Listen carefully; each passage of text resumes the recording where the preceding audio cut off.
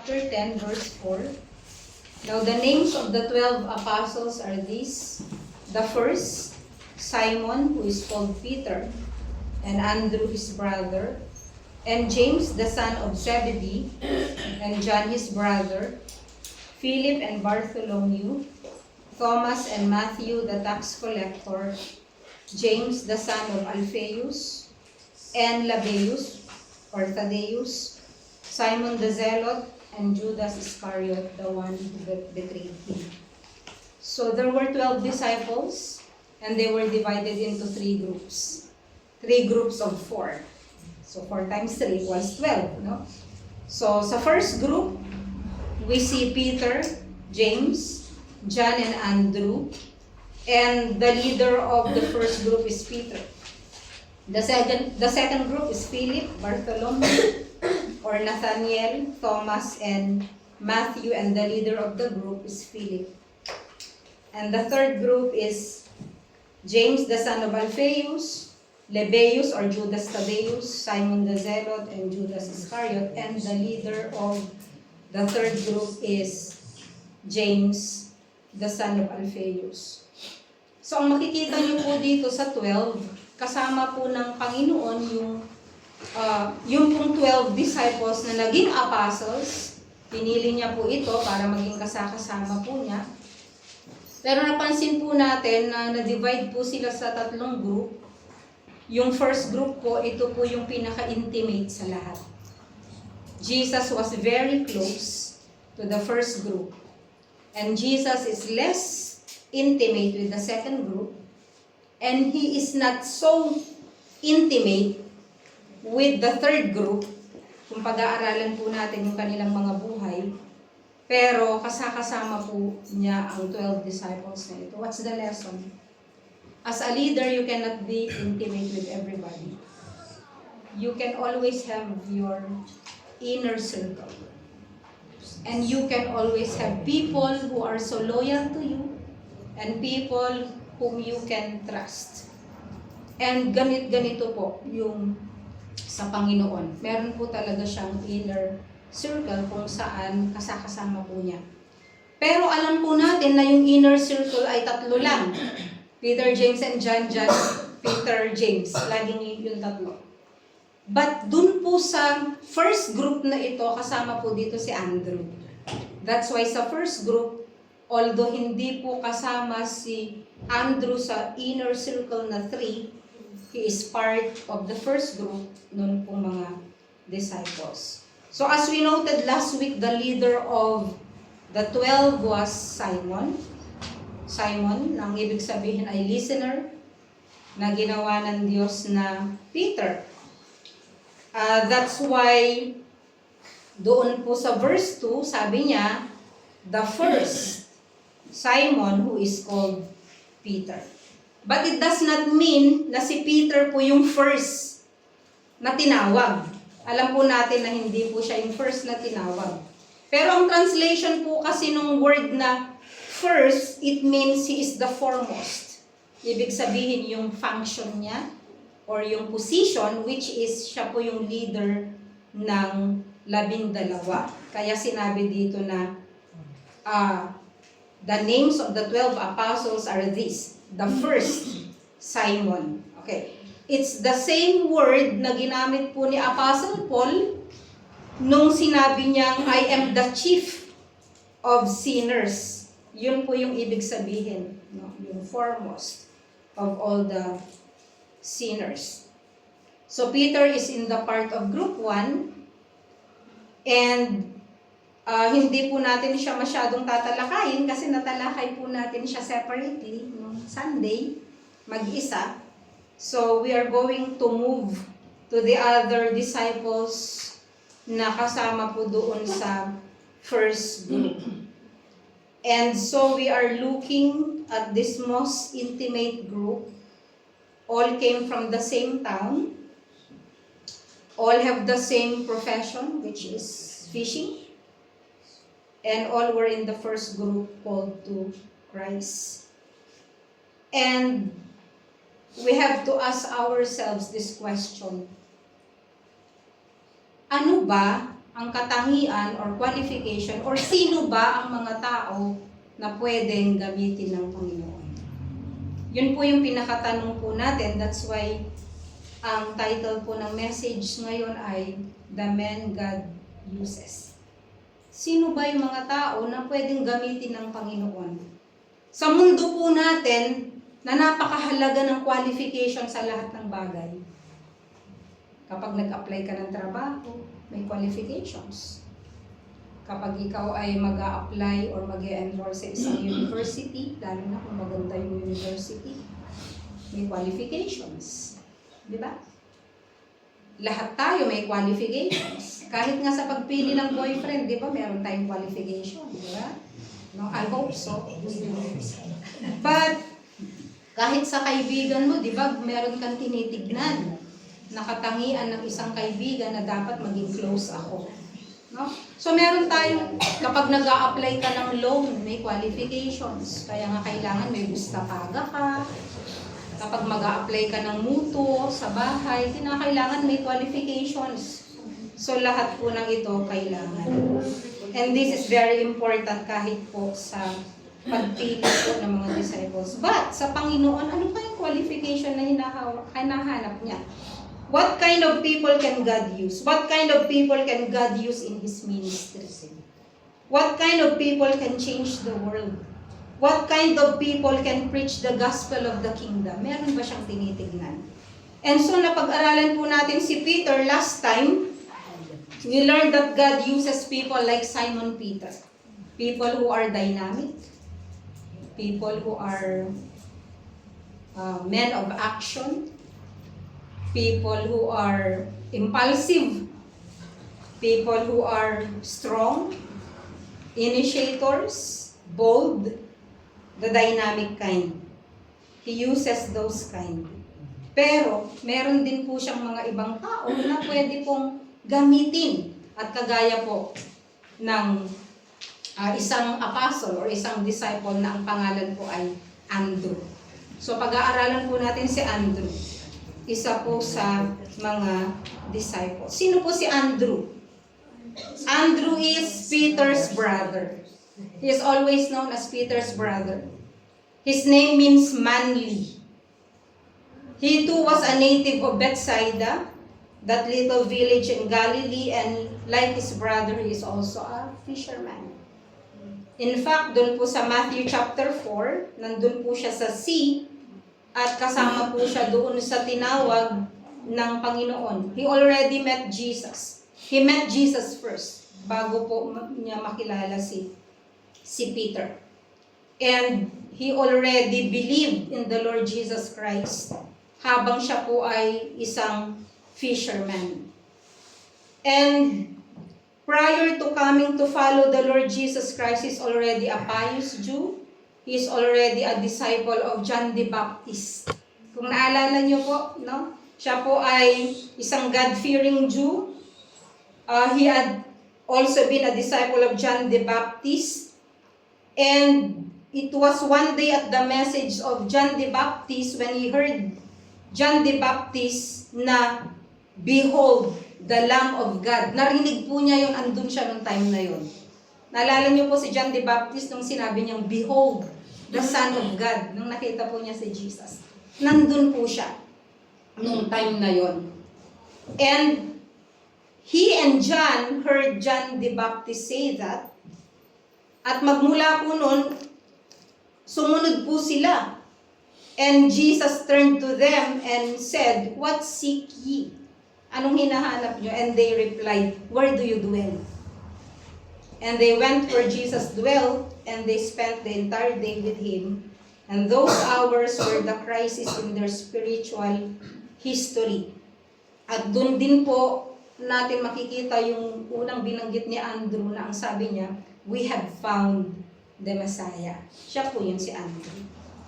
So si Peter at si Andrew po, magkasama sila sa isang bahay bilang magkapatid. Hindi po yung sinabi ni Matthew, pero isinulat po ito ni Mark sa Mark chapter 1 verse 29.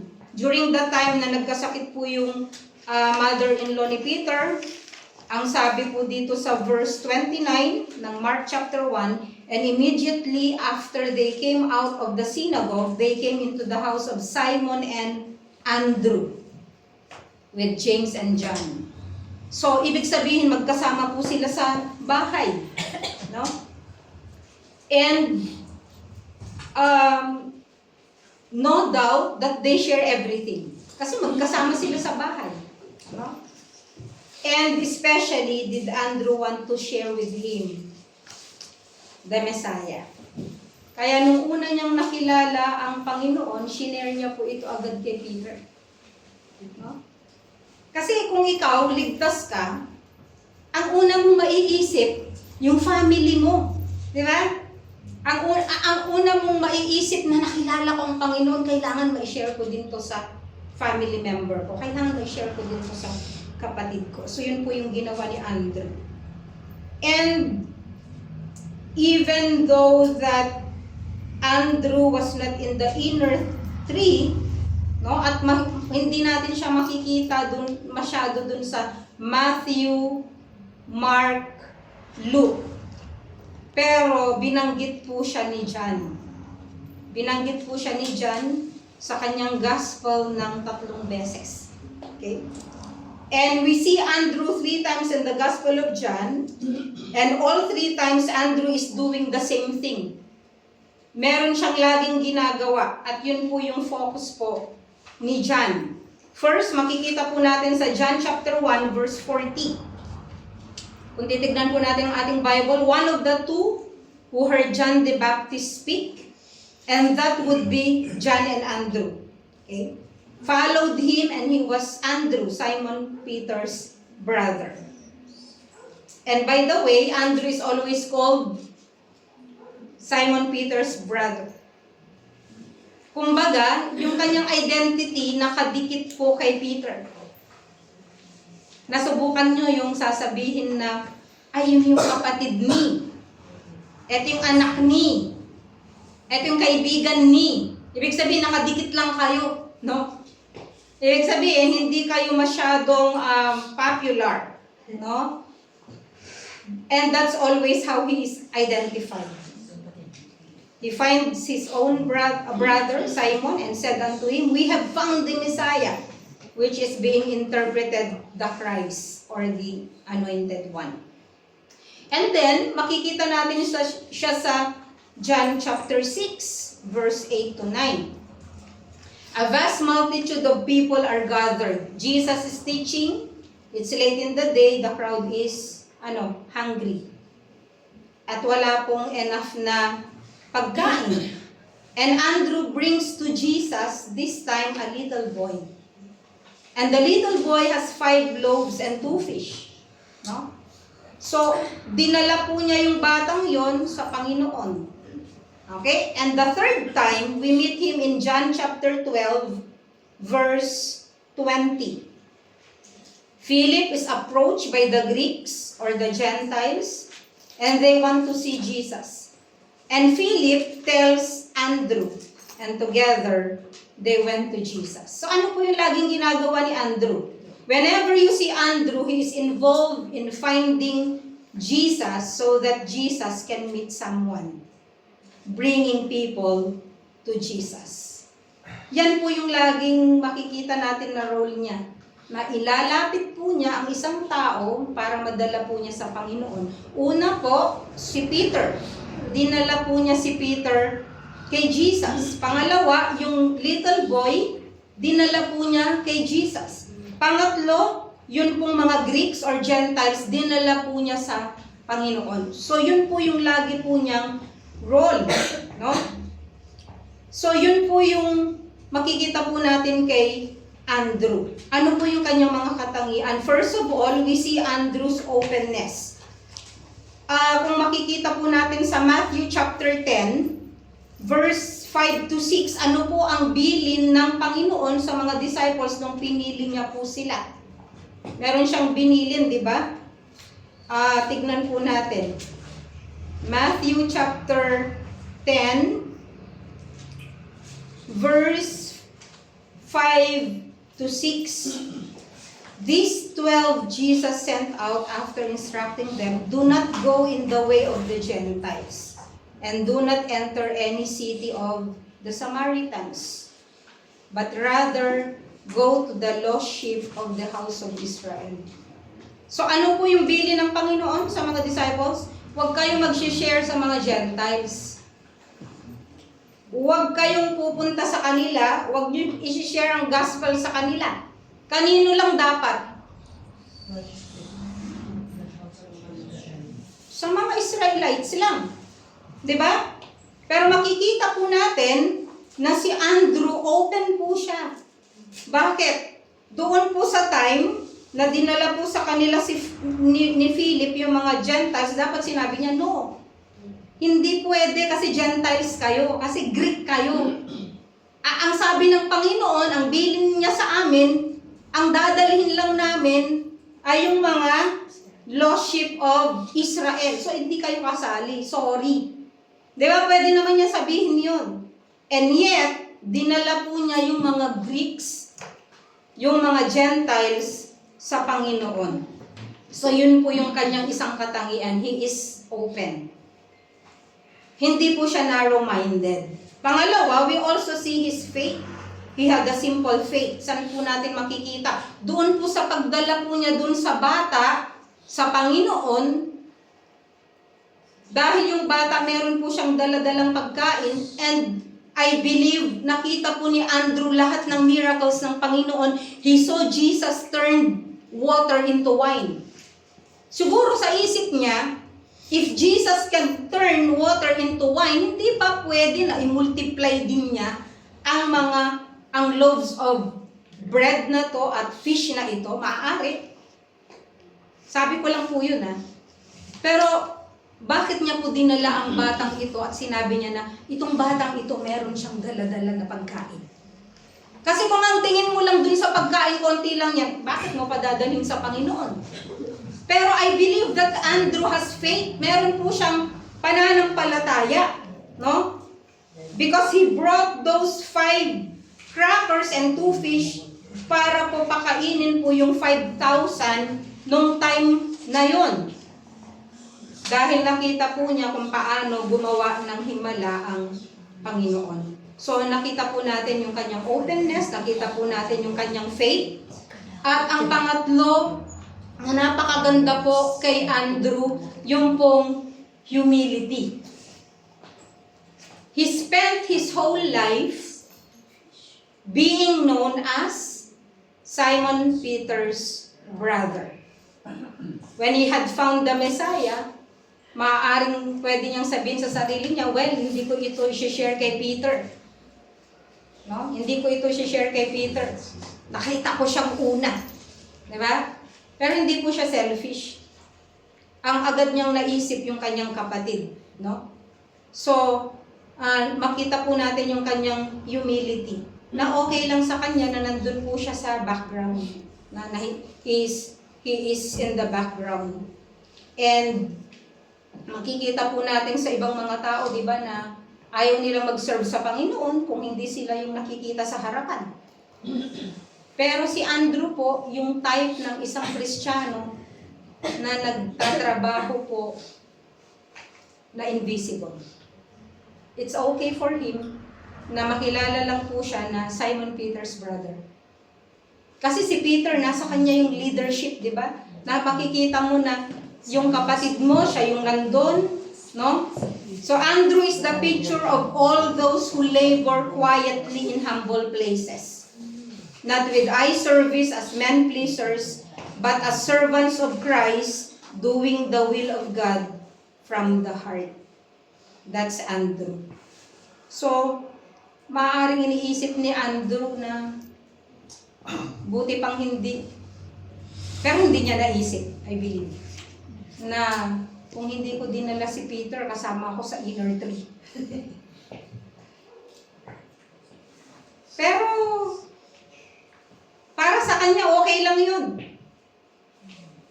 Doon po sa congregation or doon po sa church, siya po yung uri ng tao that he is willing to take the second place. One of those rare people who wants to be in support. Who doesn't mind being hidden as long as the work of the Lord is done. Ito po yung mga Andrew na kinakailangan po sa church, na it doesn't matter who takes the glory as long as the work of the Lord is done in the church. Marami pong mga nangangailangan ng Andrew sa church. No? Actually, sila po yung backbone ng ministry. Kasi po sila yung nagtatrabaho, no?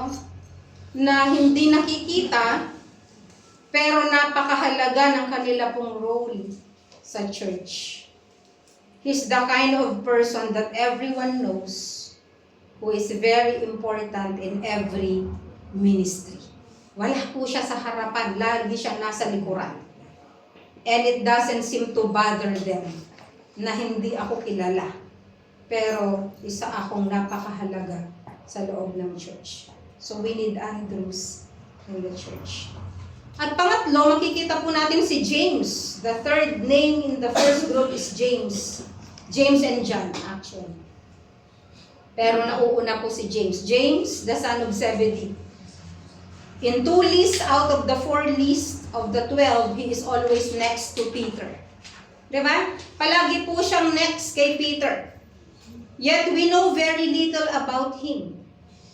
In fact, he never appears alive in the Gospels apart from John, his brother, in any incident.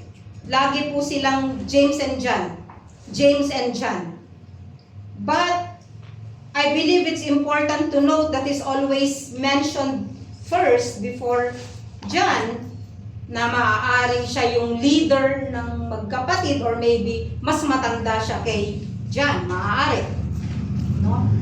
So these brothers, James and John, were also fishermen, kagaya po ng kanyang father. Their father was Zebedee, and Zebedee was a fairly well-to-do man. Alam po natin na hindi siya basta fisherman lang, kasi makikita po natin na marami po siyang mga tauhan. They have a business. They had a pretty good fishing business doon po sa Sea of Galilee. At nakita po natin na sabay po sila ng lagi po silang magkasama every time na minimension po sila sa Bible.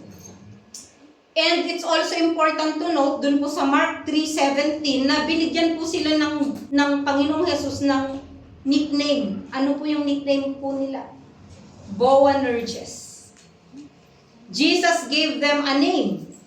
He called them Boanerges, which means sons of thunder. So, ang ibig pong sabihin ng sons of thunder, ano po sa palagay ninyo? Sila po yung mga tao na malalakas ang dating. Mainit ang ulo. Okay? Very, very zealous. Okay? Kaya nga po tinawag silang sons of thunder eh. Sila po yung iba naman kay Peter. Sila yung mga taong mas impulsive. Sila yung mga tao na passionate. Ayun, that's the word. Very passionate, very zealous. Kung makikita po natin dun sa Luke chapter 9, basahin ko lang po, 51 to 54, when the days were approaching for his ascension, he was determined to go to Jerusalem, and he sent messengers on ahead of him. No? And they went and entered a village of the Samaritans to make arrangements for him. But they did not receive him because he was traveling toward Jerusalem. Hindi nila na-receive si Jesus Christ. When his disciples, James and John, saw this, nung nakita nila kung paano hindi ni-receive si Jesus doon sa town na yon ng mga Samaritans, ang mga nandun, anong sabi po ni James and John? They said, Lord, do you want us to command fire to come down from heaven and consume them? Ito po yung sinabi po ni James and John, Lord, sunugin natin sila. Nakita niyo po yung kanila pong response nung nakita nila na very indifferent or very unfriendly yung mga tao dun sa lugar na kanilang pinuntahan. Anong sabi nila? Lord, paulanin na natin ng kagaya ni Elijah, paulanin na natin ng apoy para matupok sila. No? Ganun po sila, no? Kaya tinawag po silang sons of thunder. Pero sa verse 55, but he turned and rebuked them and said, you do not know what kind of spirit you are of. For the Son of Man did not come to destroy men's lives, but to save them. Ganito po silang magkapatid. No?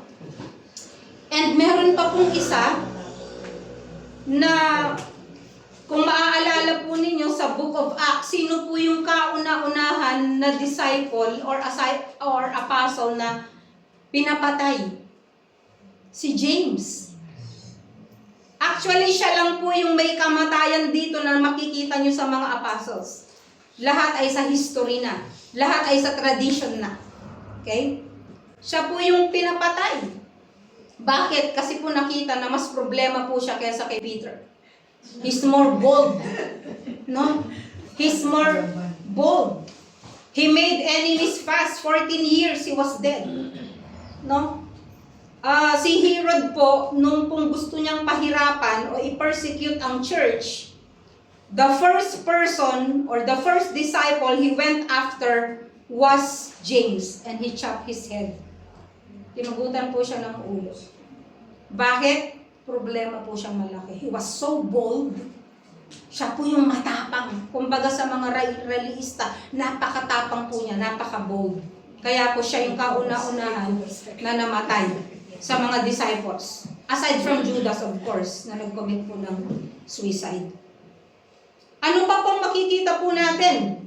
Dito po sa Matthew chapter 20 to 21. Actually, ang mga taong zealous, ang mga taong passionate, sila rin po yung mga taong ambisyoso. He is very ambitious.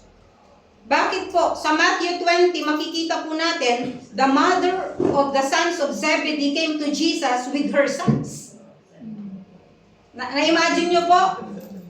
Na nandyan ang nanay, bit-bit ang dalawang anak, si James and John. Malalaki na yan, apostles na sila.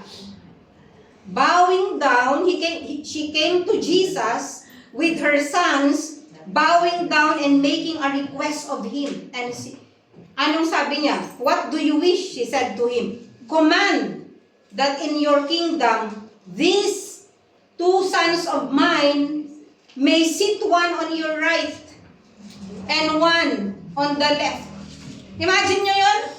Ipapakiusap ng nanay kay Jesus na pinapakiusap ko po na ang aking mga anak ay uupo pagdating po ng yung paghahari ng dalawa kong anak ay uupo sa left and right. Hihingin po ba yun ng mother? Kung hindi po yan yung ninanais po ng kanyang dalawang anak. So nakita niyo po sila? Si James and John, sila po ay mga ambisyoso na mga apostles. And Jesus answered, you do not know what you are asking. Are you able to drink the cup that I am about to drink? They said to him, we are able. Hindi nyo alam ang hinihingi ninyo, kaya nyo bang inumin yung iinumin ko na cup? Ibig sabihin nun yung suffering. And they said to him, we are able. Basta makaupo lang sa left and right. And he said to them, my cup you shall drink. Kasi sinabi nila, kaya namin eh. Kaya sinabi ng Panginoon, talagang iinumin ninyo ang aking cup. My cup you shall drink. But to sit on my right and on my left, this is not mine to give. But it is for those for whom it has been prepared by my Father. Verse 24, and hearing this, the 10 became indignant with the two brothers. They all started arguing. And Jesus went into a little lecture on what real leadership is. So ambitious po si James. He was impulsive also. He is very passionate, very zealous. And at the same time, meron din po sa atin sa church na ganito. People who are zealous, but people who are also very ambitious. They arouse the spirit of rivalry doon po sa mga disciples. To clamor for honor from the Lord. Kaya ito pong mga taong ito na gustong i-persecute yung mga Samaritans na, Lord, paulanin nyo ng apoy at tupukin ang mga taong ito na hindi naniniwala sa inyo. And yet, ginawa sila ng Lord na missionary. Pero as a missionary, kung ganyan ka, hindi ka tatagal. Kasi pupunta ka sa isang bayan, pag hindi tinanggap, Lord, paulanin nyo po ng apoy at parusahan nyo ang mga taong ito na hindi tumatanggap sa inyo. Diba? So, tingnan po ninyo yung kanila pong mga attitudes. Yan po si James. Kung sila, very interested po sila sa position, wala pong problema si Andrew na ganito. Napakabait po ni Andrew. Sa first group, makikita mo, napaka-humble ni Andrew. Napakabait ni Andrew. Sa Tagalog, Andres.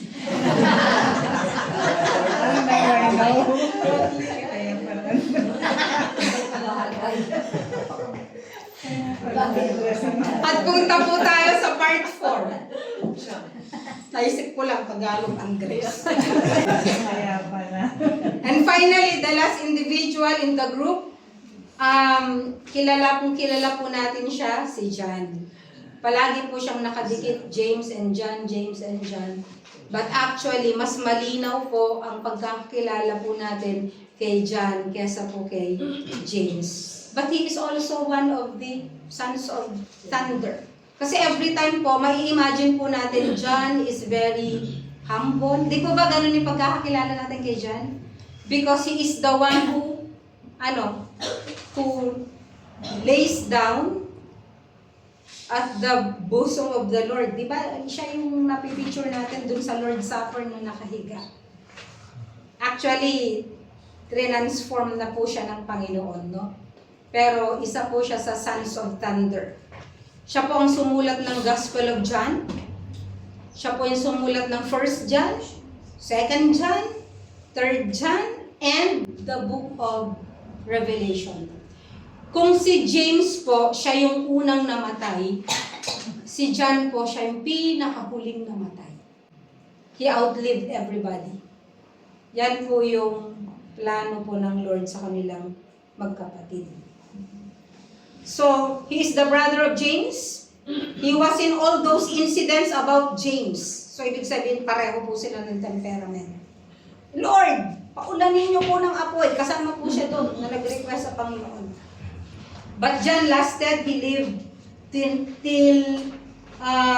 the year 100. Nung po siyang namatay, before he was banished at the Isle of Patmos, alam po natin na siya po ay ginisa sa mantika, pero nabuhay po siya miraculously, and namatay po siya sa old age. So makita natin din po siya sa Mark chapter 9, sa account po ni Mark. Dinescribe po siya ni Mark, Mark 9:38-40. Makikita po natin dito ang isang galit na tao. Sino? Si John. Galit. Bakit? Sabi niya, pumunta siya sa Panginoon nang sabi niya, Teacher, we saw someone casting out demons in your name, and we tried to prevent him because he was not one of us. He was not following us, sabi niya sa Nasgi. But Jesus said, do not hinder him, for there is no one who will perform a miracle in my name and be able soon afterward to speak evil for me. For he who is not against us is for us. Si John po ay narrow-minded. Why? He is sectarian. Bakit? Lord, nakita po namin yung tao nagka-cast out siya ng demon in your name. He is using your name. Pero hindi po siya kasama sa grupo natin. No? You're not in our group.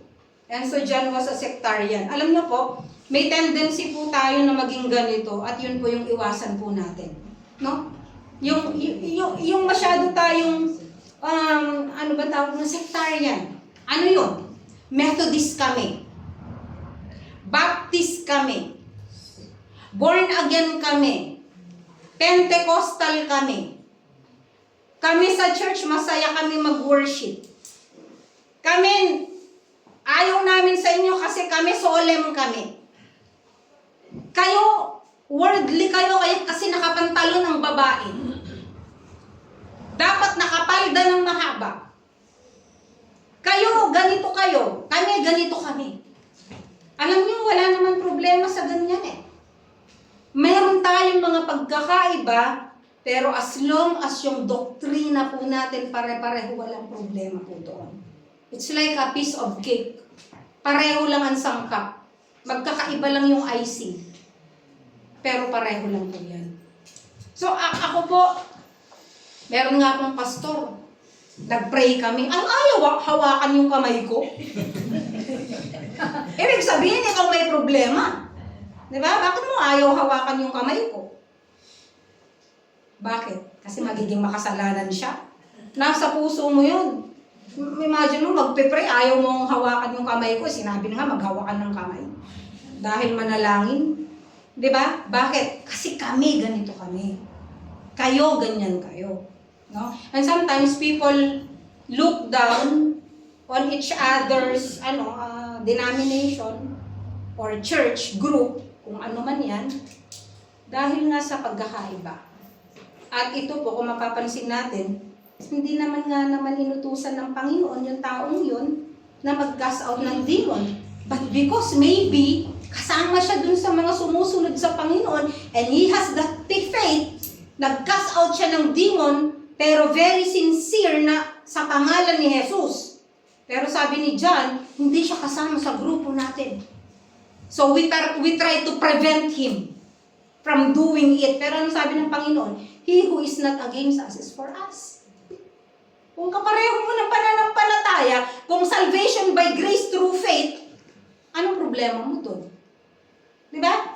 Yun po ang dapat natin. Ito po yung aking stand bilang isang Baptist pastor. Mas gusto ko pong tawagin akong Kristiyano kaysa Baptist ako. Why? Kasi pwede ka maging Baptist, di ka naman pala Christian. Walang binago ang Panginoon sa buhay mo. Pero, pwede kang maging isang Kristiyano kahit na iba-iba pa ang pangalan ng church na ina-attendan mo. As long as Jesus is Lord, as long as salvation is by grace through faith in Christ, as long as we believe that Jesus Christ died on the cross to save sinners, so that everyone who believes in Him will be saved. Wala akong problema doon kahit magtatanong kang mag-worship dyan. As long as your heart is with the Lord. At tunay kang ligtas. Malalaman mo kung ligtas ka. Bakit? Yung faith mo. Pangalawa, yung change life. Malalaman mo. Your spirit will testify that you are a son of God. Kasi if you are born again, the Spirit of the Lord is in you, malalaman mo. Because your spirit and God's Spirit will have an open communication and connection. So makita po natin, ito po yung katangian po ni John na kailangang baguhin po ng Panginoon. He is one of the sons of the thunder. Magagalitin, mainit ang ulo, no? But yung pong weakness niya also became the strength in his character. Alam niyo bakit? Sa lahat ng kanya pong mga sinulat, laging nandun yung word na love. Napansin po niyo? Walang ibang writer ng gospel na nagsabi ng word na love ng paulit-ulit kung hindi po si John. Pero he is a hateful person, kagaya po ng kapatid niyo na si James. Saan ka makakakita ng isang tao, disciple ka, gusto mong i-share ang kaligtasan, and yet sasabihin mo, Lord, parusahan mo sila, ulanin mo ng apoy. If you are not a hateful person. Ba, ganun po si John. Pero binago po siya ng Panginoon. Kasi po, kung papansinin po ninyo, dun po sa sinulat po niya na mga epistles, 80 times na binanggit po niya yung salitang love. 80 times. And 70, sometimes the word witness or truth in one form or another na binanggit po niya. So, he became the teacher of. Then, there was the loving, believing, intimate John, truth seeker, who spoke the truth in love, and he taught about love. Siguro kung hindi nyo makita yung sariling ninyo dito sa 4 disciples na to, maaaring sa second batch. O maaaring nasa third batch. And he made them into fishers of men in spite of what they were. Peter was finally crucified upside down by his own request. Ang sabi ni Peter, I don't want to be crucified like the Lord Jesus Christ. Like my Lord. Kaya na-crucify po siya upside down. Andrew also, history and tradition tells us that Andrew had the privilege of preaching in a province, and the governor's wife received the Lord Jesus Christ as her Savior. And the governor was so upset that he demanded that his wife reject Christ. And when she wouldn't, he crucified Andrew. And Andrew had the same request. I don't want to be crucified like my Lord. Kaya siya po ay na-crucify on an X-shaped cross. That's why yun pong symbol po ni Andrew ay X. And tradition tells us that James, when he was on the way to being beheaded by the Roman sword, had along the guard who had guarded him, and the guard was so impressed with his courage and repented of his sin. At sabay po silang napugutan po ng ulo ng guard na yun. And of course, we know John. John was banished to the Isle of Patmos after a long life, died around 98 AD during the reign of Trajan. And those who knew him best said the echo of a constant phrase was their reminder of John. And this was the phrase, my little children, love one another. That's the group. That's the first group.